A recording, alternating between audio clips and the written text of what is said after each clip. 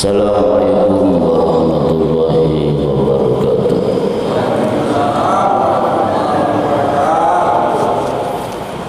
Jalan-jalan ke Pulau Penyengat, singgah ziarah ke pahlawan nasional Raja Ali Haji yang jawab salam dengan penuh semangat.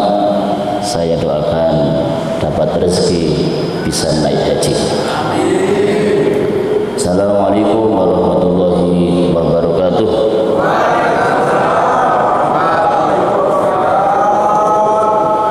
Pak Daeng semangat kali Pak Daeng. Insya Allah cepat naik haji. Alhamdulillah, alhamdulillah, thumma alhamdulillah. Wassalatu wassalamu ala Rasulillah Sayyidina Maulana Muhammad ibn Abdillah wa ala alihi wa ashabihi wa mawalah. La hawla wa la quwwata illa billah. Qala rabbi shrah li sadri wa yassir li amri wahlul 'uqdatam min lisani yafqahu qawli. Jamaah salat subuh, mari kita berdoa kepada Allah karena subuh pada hari ini 13 Februari 2021 ini bertepatan dengan 1 Rajab. Bertepatan dengan 1 Rajab. Mari kita berdoa kepada Allah karena menurut Imam Syafi'i rahimahullah ta'ala anhu dalam kitabnya beliau menyatakan sebuah riwayat yang redaksinya adalah balaghana annahu kana yuqal,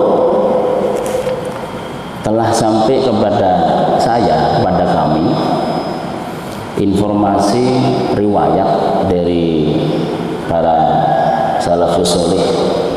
Jadi Imam Syafi'i itu menceritakan telah sampai kepada beliau amaliyah atau berita dari orang-orang terdahulu. Artinya beliau menyebut Rasulullah dan para sahabat. Apa yang sampai kepada beliau? Inna du'a istajabu fi khumsi layalin. Sesungguhnya doa mustajab, doa seorang hamba itu dikabulkan, mudah terwujud itu pada 5 malam. Jamaah, salah satunya malam ini, malam 1 Rajab. Jadi ini masih malam nih, masih malam. Mudah-mudahan di penghujung malam ini sudah masuk pagi hari, kita masih sempat berdoa. Silahkan dalam hati yang punya hajat besar sampaikan kepada Allah. 5 malam itu kata Imam Syafi'i yaitu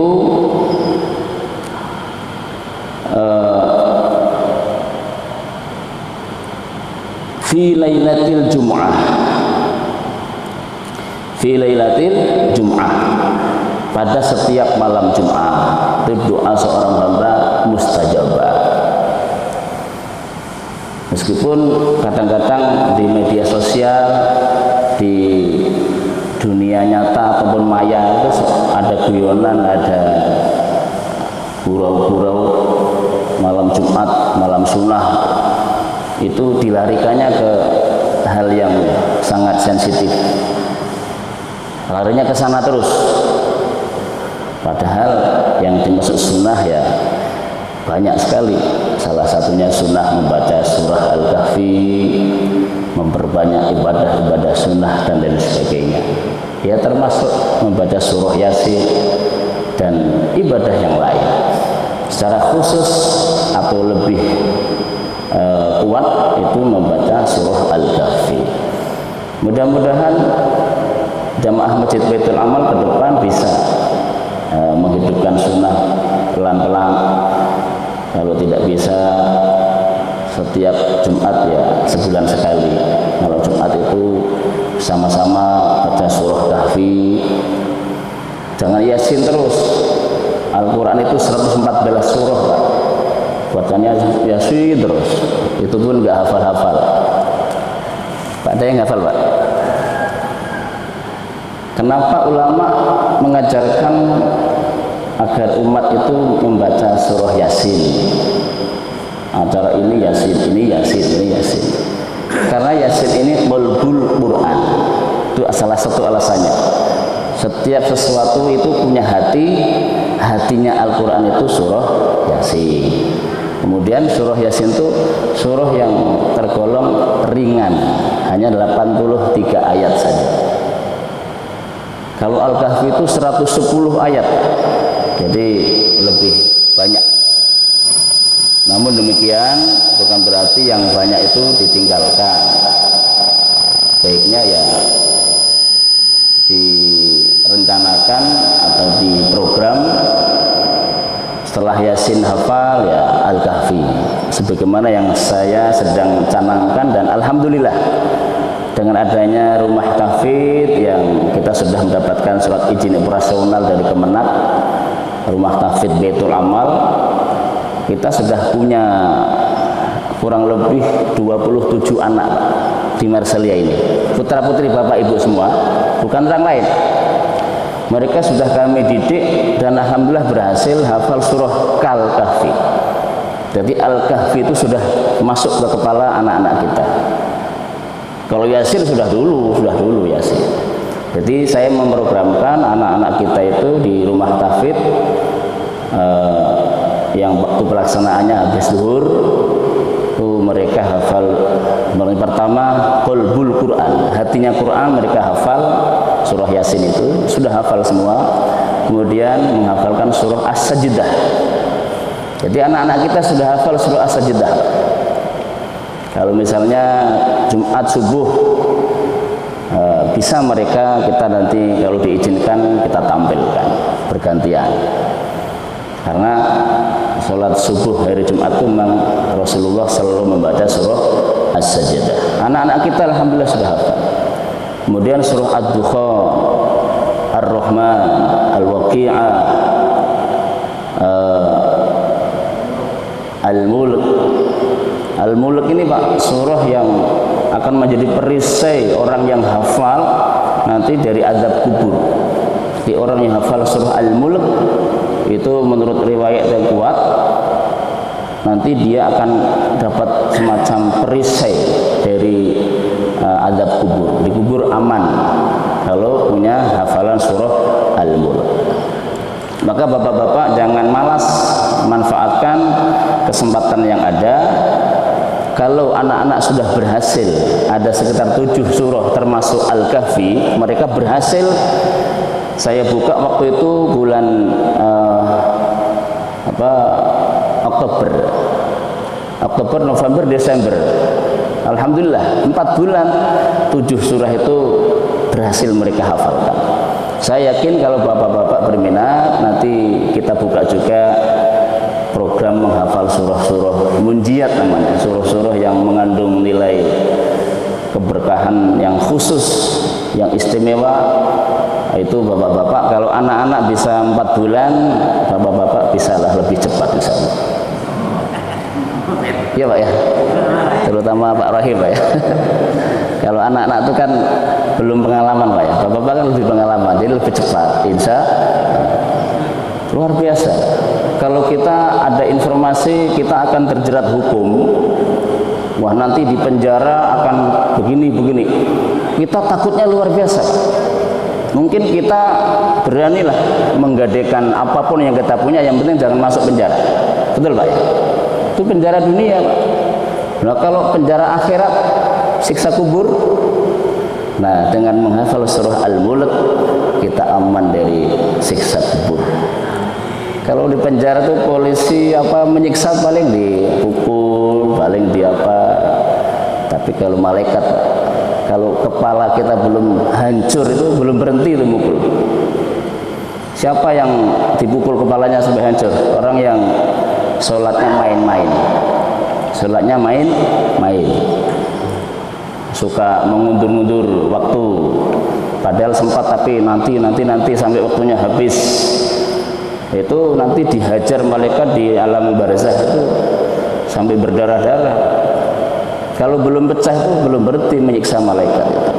Karena malaikat Zabaniyah yang menyiksa di alam kubur itu tidak diberi oleh Allah hati nurani, kurang lebih seperti robot. Jadi berdoalah, yaitu setiap sholat sebelum salam Nabi mengajarkan doa, Allahumma inni a'udzubika min azabi jahannam wa min azabil qabri wa min azabin nar wa min fitnatil mahya wal mamat wa min syarri fitnatil masihid dajjal ya muqallibal qulub tsabbit qalbi ala dinik. Ada yang sudah hafal, Pak? Waduh, bahaya ini. Hafal kemana? Pendek kok, pendek. Ya, sebelum salam itu dibaca. Nanti kalau yang belum hafal dan berminat bisa japri nanti. Saya memang nggak mau dikit-dikit share, karena ilmu itu kalau nggak dibutuhkan dibagi itu terkesan remeh. Yang butuh saja, yang butuh nanti japri, nanti saya kasih. Allahumma inni a'udzubika min azabi jahannam. Ya Allah, lindungilah kami dari azab jahannam. Itu tadi kan kubur, Pak. Kalau jahannam lebih parah lagi. Neraka jahannam itu panasnya itu, kaki kita diturunkan, kaki kita baru menginjakkan kaki di pelataran jahanam, begitu itu otak sudah mendidih, begitu panasnya. Maka kita betul-betul terus minta kepada Allah, lindungi kami dari azab jahanam, wa min azabil qabri, dari azab kubur, wa min azabin nar, dan dari azab neraka yang banyak sekali pintu neraka. Ada neraka wail, neraka sakor, dan neraka jahim, dan seterusnya. Ada 7 jenis neraka. Kita minta perlindungan dari itu semua. Itu dibaca setiap sholat sebelum salam. Kemudian minta berdoa kepada Allah, lindungi kami dari fitnah kehidupan dan kematian. Jadi hidup ini banyak fitnah. Wa min fitnatil mahya wal mamat, dan fitnah kematian. Kematian juga banyak sekali fitnahnya. Dan yang terakhir yang paling penting itu berdoa kepada Allah, inni a'udzubika min syarri fitnatil masihid dajjal, dari keburukan dan dari bahaya latennya, yaitu al-masihid dajjal. Dajjal yang punya gelar al-masih seperti Nabi Isa. Jadi di dunia itu yang punya gelar al-masih itu 2. Satu, al-masih dengan kemuliaan yang Allah berikan, yaitu Nabi Isa yang sampai sekarang belum diwafatkan. Beliau masih nanti dapat tugas di akhir zaman untuk menegakkan syariat Nabi Muhammad, dan yang nanti akan memerangi Dajjal, membunuh Dajjal itu Nabi Isa di akhir zaman. Yang satu punya gelar al-masih, ya Dajjal ini, tetapi kelebihan yang dimiliki Dajjal itu kebalikan dari kelebihan yang diberikan kepada Nabi Isa. Kalau kepada Nabi Isa itu merupakan mukjizat, karomah, kemuliaan, ridho. Kalau yang kepada Dajjal istidraj. Allah memberikan segala yang diminta Dajjal, tetapi itu sebenarnya lah Allah sangat murka dan alasan supaya nanti Dajjal itu bisa benar-benar tidak bisa menolak ketika dimasukkan ke dalam nerakanya Allah. Jamaah, itu yang pertama terkait dengan malam ini, malam 1 Rajab. Jadi ada 5 malam. Inna du'a yustajabu fi khamsi layalin. 5 malam doa mustajab. Fi lailatil jum'ah wa lailatil adha, di malam Idul Adha. Jadi bapak-bapak dicatat ya, diingat betul, kalau malam Idul Adha kita sorenya itu kan puasa Yaumut Tasu'a ya. tanggal 9. Nah itu setelah berbuka, lah itu mulai itulah doa mustajabah. Sambil takbiran itu banyak berdoa karena malam mustajabah. Kemudian walailatul fitri, malam Idul Fitri itu juga sama, termasuk malam yang mustajabah. Wa awwali lailati min Rajab. Nah, malam ini 1 Rajab itu termasuk malam mustajabah. Kemudian yang terakhir walailata an-nisfi min Sya'ban, yaitu malam di pertengahan bulan Sya'ban, itu malam mustajabah. Baik jamaah, nanti kalau ada mau didialogkan silahkan, kita masuk ke materi apa yang menjadi jadwal yang diberikan ke saya, yaitu sebagaimana yang sudah disebarkan, saya akan membawakan kitab Nasuhul Ibad, kitab yang merupakan syarah dari sebuah kitab yang sangat terkenal yang bernama Munabihat alal Istidad li Yaumil Ma'ad, karangan Syekh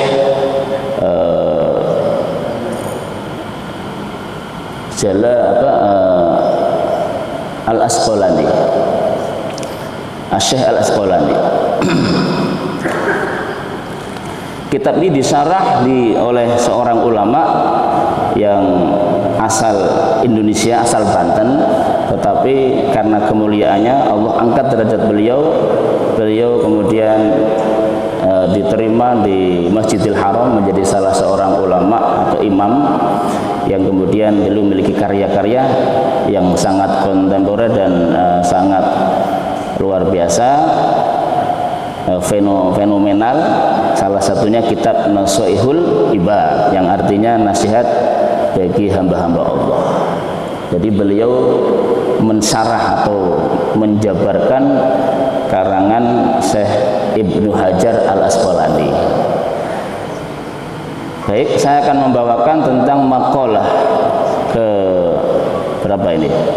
Yang berbunyi man hafidhas shalawat, man hafidhas shalawatil khamsi.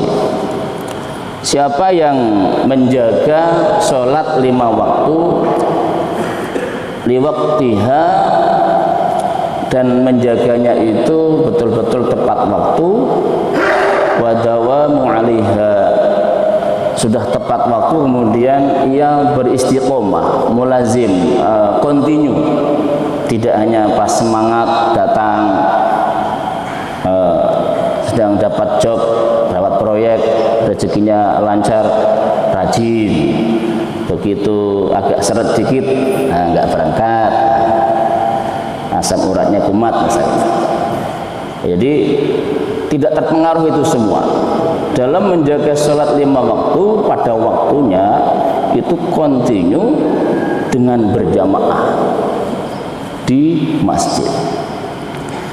Ini ada kabar gembira bapak-bapak yang rajin ya, yang belum ya berdoa, mumpung ini mustajabah. Jadi kalau nggak sempat di sini ya di tempat manapun berusahalah sholat berjamaah di awal waktu dengan niat untuk menjaga istiqomah. Man hafidhas shalawatil khamsi liwaqtiha wa dawamu 'alaiha akramahullahu bitis'i karumatin. Allah akan memberikan 9 keistimewaan bagi orang yang istiqomah sungguh-sungguh menjaga salat 5 waktu dengan berjamaah. Bisa dicatat Pak ya, 9. Yang pertama ya, awwaluha yuhibbuhullah. Allah tuh sangat mencintai orang yang menjaga sholatnya. Tadi saya baca ayatnya itu. Qad aflahal mu'minun alladzina hum fi sholatihim khashi'un. Sungguh beruntung orang-orang beriman yang sholatnya khusyuk. Bapak-bapak, kalau orang awam untuk bisa sholat khusyuk itu satu hal yang sangat sulit. Makanya hindari sholat sendiri. Ya, kalau orang yang sudah alim berilmu, yaitu lain lagi bahasanya, sudah tahu caranya. Kalau yang masih awam, hindari sholat munfaridah, sholat sendiri. Kenapa? Karena untuk mencapai khusyuk itu bisa dibilang jauh arang dari panggang orang awam ya. Karena khusyuk itu syaratnya dia itu faham dengan yang dibaca. Apa yang diucapkan sejak awal takbiratul ihram sampai salam itu faham. Itu syarat khusyuk. Kalau nggak faham, tidak mungkin khusyuk. Ya memang sih dia tenang menghadap ke tempat sujud. Ada nyamuk sampai 7 pun nancap, dibiarin aja. Rupanya melamun. Kenapa digigit nyamuk kok sampai enggak terasa? Rupanya ingat hutangnya banyak, misalnya. Saking sedihnya itu tenang sekali. Ya. Jadi harus memahami apa yang dibaca. Nah ini kan memerlukan ilmu. Salah satunya. Jadi ini pentingnya menjaga sholat 5 waktu. Maka dari itu kabar gembira ini saya sampaikan pagi hari ini untuk menambah semangat. Awwaluha yuhibbuhullah. Allah mencintai orang yang rajin sholat berjamaah. Jadi bapak-bapak, kalau Allah mencintai orang yang rajin sholat berjamaah, berarti jamaah kita itu harus karena Allah. Jangan karena ini ketua masjidnya orang yang saya dukung, ini rajinlah ke masjid. Ini ketua masjidnya bukan orang yang saya dukung. Ini kan sedang musim pergantian ketua Pak ya. Ya jangan karena ketua masjid. Wah ini imamnya ini orang yang cocok dengan saya. Ini imamnya tidak cocok, Pak. Jangan terpengaruh imam. Wah ini satgasnya ini orang yang saya lihat wajahnya aja mau muntah misalnya, tapi nggak ada di sini. Jangan karena satgas. Jadi lillahi ta'ala. Karena kita ingin mendapatkan ridho, mendapatkan cinta dari Allah. Sekali lagi kabar gembira bagi yang rajin sholat berjamaah, yuhibbuhullahu. Allah sangat mencintainya. Yang kedua, wa yakunu badanuhu sahihan. Ini kabar gembira bagi yang rajin sholat berjamaah. Dijamin wa yakunu badanuhu sahihan. Badannya akan sehat. Jadi kalau ingin sehat, begitu ada murotal diputar atau ada aba-aba mau azan, sudahlah siap-siap untuk menuju sholat berjamaah. Insya Allah sehat. Tadi malam, saya baru tadi malam itu riwayatnya sangat kuat ya. Saya langsung dari Pak Dasril. Pak Dasril cerita, dulu di sini ada orang tua kita, tokoh lah yang sakit marah. Jangankan jalan, duduk saja sudah sulit, terbaring terus. Nah, beliau akhirnya motivasi Pak Dasril ada nggak beliau? Jadi dimotivasi, beliau tuh mengajak bapak ini, Pak niatkan Pak, kalau sembuh nanti akan rajin sholat ke masjid.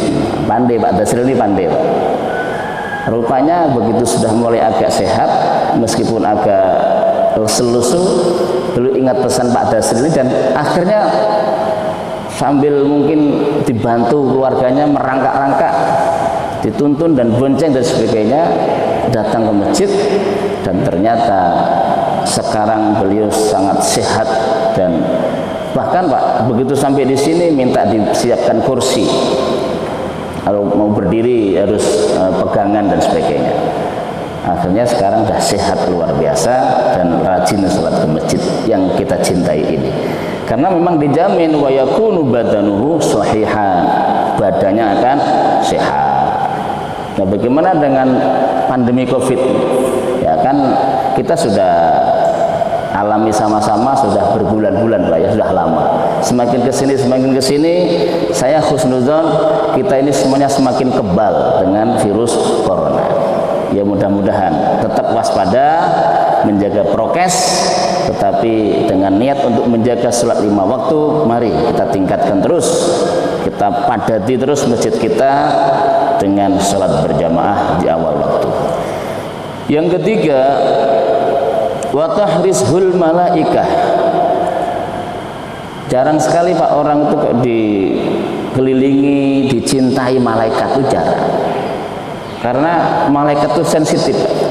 Jangankan mendekati kita, ada rumah di situ ada gambar sesuatu yang misalnya menyingkap aurat, misalnya. gambar anjing misalnya, ada foto anjing atau ada boneka misalnya, malaikat tuh nggak mau masuk rumah. Jadi rumah kita tuh hati-hati dari kalau ingin dimasuki malaikat ya, hindari dari hal-hal yang tidak disukai malaikat. Antara lain ada gambar-gambar yang membuka aurat, tayangan-tayangan yang membuka aurat, itu malaikat lari terbirit-birit. Lain dengan kita Pak ya. Semakin jadi ada orang bilang, apa bedanya rok dengan roket? Kalau roket tuh semakin ke atas tuh semakin tak nampak ya. Kalau rok semakin ke atas semakin nampak. Nah, jadi hindari hal-hal yang misalnya tersingkap aurat dan sebagainya, itu malaikat takut. Demikian juga terhadap orang-orang yang ahli maksiat, malaikat itu menjauh. Hanya satu saja yang apa ya, kalau diizinkan Allah itu ingin segera mencabut nyawa, itu malaikat Israel. Malaikat Israel itu gregetan kalau ada orang ahli maksiat, tapi menunggu izin dari Allah. Kalau kebanyakan malaikat menghindari orang yang ahli maksiat, tetapi suka dengan orang yang ahli ibadah. Nah, orang yang ahli sholat berjamaah, ini kabar gembira ya. Wa tahrishul malaikah, disukai oleh malaikat, disayangi oleh malaikat. Kemudian yang keempat, wa tanzilhul barokata fi darihi. Jadi dengan kita rajin berjamaah ini, Allah akan menurunkan keberkahan di rumahnya. Fi darihi itu di tempat tinggalnya. Ini juga dimaknai, kalau ini konteksnya diluaskan, apabila masyarakat perumahan Marsalia ini semuanya sudah rajin sholat berjamaah, maka keberkahan diturunkan di daerah ini, di lingkungan perumahan Marsalia ini akan diturunkan keberkahan oleh Allah Subhanahu wa Ta'ala. Kita jadi ingat sebuah ayat, walau anna ahlal qura amanu wattaqu lafatahna alaihim barakatim minas samai wal ard bima kanu yaksibun. Jadi jika saja penduduk suatu kaum atau sebuah negeri atau sebuah perumahan, penduduknya itu kok orang-orang yang ahli ibadah, orang-orang yang bertakwa, la fatahna alaihim barakatim minas sama. Allah itu kalau sudah berfirman menggunakan kalimat takkid atau harfut takkid, huruf taukid berupa lam, menunjukkan bahwa sungguh-sungguh benar-benar. Jadi tidak main-main. Apa yang tidak main-main, Allah akan la fatahna alaihim barakatim minas sama. Allah akan bukakan keberkahan langit dan bumi bagi penduduk tersebut. Jadi ketika penduduk itu sudah bertakwa, semuanya baik, ahli ibadah, sholat berjamaahnya tidak putus, itu akan dibukakan pintu keberkahan langit dan bumi. Jadi orang yang rajin berjamaah akan diturunkan keberkahan di dalam rumahnya. Jadi rumah tangganya dengan sendirinya itu akan baik, karena barokah itu artinya ai ziyadatul khair. Barokah itu artinya bertambahnya kebaikan, bertambahnya kebaikan, bertambahnya kebaikan. Hubungan suami istri semakin baik, ketaatan anak pada orang tua semakin baik, rezeki kita semakin baik, karir semakin baik, usaha semakin baik. Itu namanya barokah. Nah, orang yang menjaga sholatnya 5 waktu dengan berjamaah itu diberikan kabar gembira, akan diberikan keberkahan di dalam rumahnya. Kemudian yang kelima, wa yadhharu ala wajhihi simas sholihin. Bapak-bapak memiliki wajah yang bersinar itu tidak semua orang. Tidak semua orang itu punya wajah yang bersinar. Dan besok di akhirat baginda Nabi Muhammad SAW mengetahui ini umatnya atau bukan, itu tandanya dari wajahnya yang bersinar. Artinya orang yang punya wajah yang bersinar ini pasti orang yang baik. Nah, gara-gara seseorang itu rajin sholat berjamaah 5 waktu, ini dapat kabar gembira. Wa yudhiruhu ala wajhihi. Allah akan menampakkan pada wajah yang ahli berjamaah itu simas sholihin, seperti wajahnya orang-orang yang soleh. Karena wajahnya memancar begitu Pak, ya akan menyebabkan salah satunya kalau kita berinteraksi dengan orang lain itu orang lain simpatik dengan kita, percaya dengan kita, tidak benci, senang, bawaannya itu mau bersahabat, bawaannya menjadi relasi dan sebagainya. Jadi boleh kalau dikaitkan dengan manajemen bisnis, kalau ingin bisnisnya sukses bagi yang punya usaha, misalnya perbankan atau usaha yang lain yang di situ memang mengharapkan nasabahnya banyak, ya ini kuncinya Pak, memiliki wajah yang simas sholihin. Wajahnya itu wajah yang tidak berdosa lah, seperti itu. Ini wajah-wajah tak berdosa. Tapi kalau kita sedang mencari nasabah Pak, wajahnya tidak menarik kan pasti tak jadi. Jadi untuk bisa menambah relasi, menambah jaringan, itu perlu wajah yang meyakinkan, wajah yang tidak berdosa. Nah, hadiah bagi yang rajin berjamaah, yuzhiruhu ala wajhihi simas sholihin, akan diberikan wajah punya asar cahaya seperti orang yang soleh. Yang keenam, fawa yuwalliyannullahu ta'ala qalbuhu. Jadi layyinu fawa yulayyinuhu. Jadi maksudnya layyin itu lembut.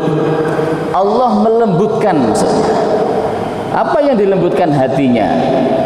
Qalbahu. Allah melembutkan hatinya. Jadi karena sebab rajin sholat berjamaah, kita itu diberi oleh Allah hati yang lembut. Hati yang lembut itu hati yang mudah menerima hidayah, mudah menerima kebenaran. Jadi kadang-kadang kita itu kan melihat orang itu ada yang sangat sulit menerima kebenaran. Betul Pak ya? Ada orang itu udah dapat masukan, udah dapat penjelasan, udah diberi dalil misalnya, itu masih saja itu karena hatinya keras. Jadi dengan barokah sholat berjamaah, seseorang akan diberikan hati yang lembut, mudah terbuka dalam kebaikan-kebaikan, mudah tersentuh dan semangat dalam hal kebaikan. Kemudian yang ketujuh, wa yamurru 'ala sirati kal barqi. Jamaah, kabar gembira bagi orang yang rajin sholat 5 waktu secara berjamaah itu akan dapat jaminan besok ketika di padang mahsyar. Salah satu di antara proses akhir akhirat itu kan ada yaumul mahsyar, ada yaumus sirat, ada yaumul mizan, ada yaumul jaza dan sebagainya. Di akhirat itu nanti ada hari kebangkitan, hari dikumpulkan, hari ditimbang dan sebagainya. Ada hari di mana kita melintas jembatan, yaumus sirat. Ini yang terkenal sangat sulit, karena memang ini betul-betul tergantung kepada amaliyah seseorang. Kalau dia orang baik ya mudah, kalau dia banyak masalah, banyak dosa, sangat sulit jembatan ini melintas di atas neraka jahanam. Siapa yang berhasil maka akan masuk surga, siapa yang terjatuh ya pasti masuk neraka. Nah, ini hal yang harus kita takuti mulai sekarang, bahwa kita besok akan melewati sirat tersebut. Namun bagi yang soleh, yang rajin sholat berjamaah, rajin menjaga sholat 5 waktu, ini akan diberi keistimewaan yamurru 'alas sirat, yamurru 'alas sirat, ketika melewati jembatan di atas neraka jahanam itu diberi kekuatan, pertolongan oleh Allah, bisa melintasi kalbarqi, seperti kilat yang menyambar. Jadi tidak ada kesulitan sama sekali. Apalagi sampai jalan dengan kepalanya, jalan dengan lidahnya, kaki di atas, apalagi tidak seperti itu. Orang yang rajin sholat berjamaah 5 waktu ini diberi kemuliaan, besok bisa melewati sirotol atau jembatan di atas neraka itu kalbarqi, seperti kilat yang menyambar. Kemudian yang ke-8, allami wa yunjihillahu minan nar.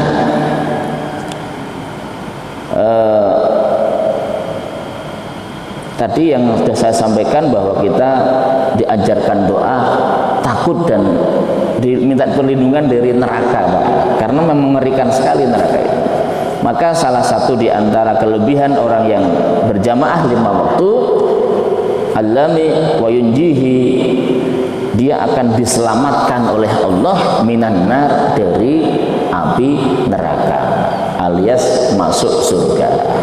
Dan yang terakhir, wa yunazzilullahu fi jiwarid dini la khaufun alaihim wa la hum yahzanun. Jadi Allah akan mengumpulkan orang yang ahli sholat berjamaah itu pada kumpulan, pada kelompok-kelompok orang-orang yang la khaufun alaihim wa la hum yahzanun, yaitu orang-orang yang tidak ada rasa khawatir, tidak ada rasa takut, dan tidak ada rasa sedih. Siapa itu? Nah, kalau kita ingat keterangan di Al-Quran, yaitu ala inna awliya Allahi la khaufun alaihim wa la hum yahzanun. Jadi ada di antara manusia itu yang menjadi kekasih Allah, menjadi hamba Allah yang paling dekat, yaitu para wali-walinya, para aulia. Mereka itu ciri-cirinya, kondisinya la khaufun alaihim wa la hum yahzanun. Hidupnya itu tidak pernah ada rasa takut, tidak pernah ada rasa khawatir, tidak ada rasa sedih, tenang, damai. Ya, karena merasa memang sudah yakin sekali dengan janji-janji Allah. Nah, orang yang rajin sholat berjamaah terus istiqomah ini nanti akan mendapatkan derajat itu, yaitu dikumpulkan bersama dengan kelompok orang-orang yang menjadi kekasih-kekasih Allah, yang hidupnya la khaufun alaihim wa la hum yahzanun. Misalnya ada yang bertanya, Ustaz, saya sudah 10 tahun di Masjid Baitul Amal sholat terus, tapi masih galau, masih sedih. Ya, berarti masih kurang. Terus tambah terus. Masih kurang berarti. Jadi ditambah terus sampai benar-benar mendapatkan tenang, hidup itu tidak pernah ada rasa sedih.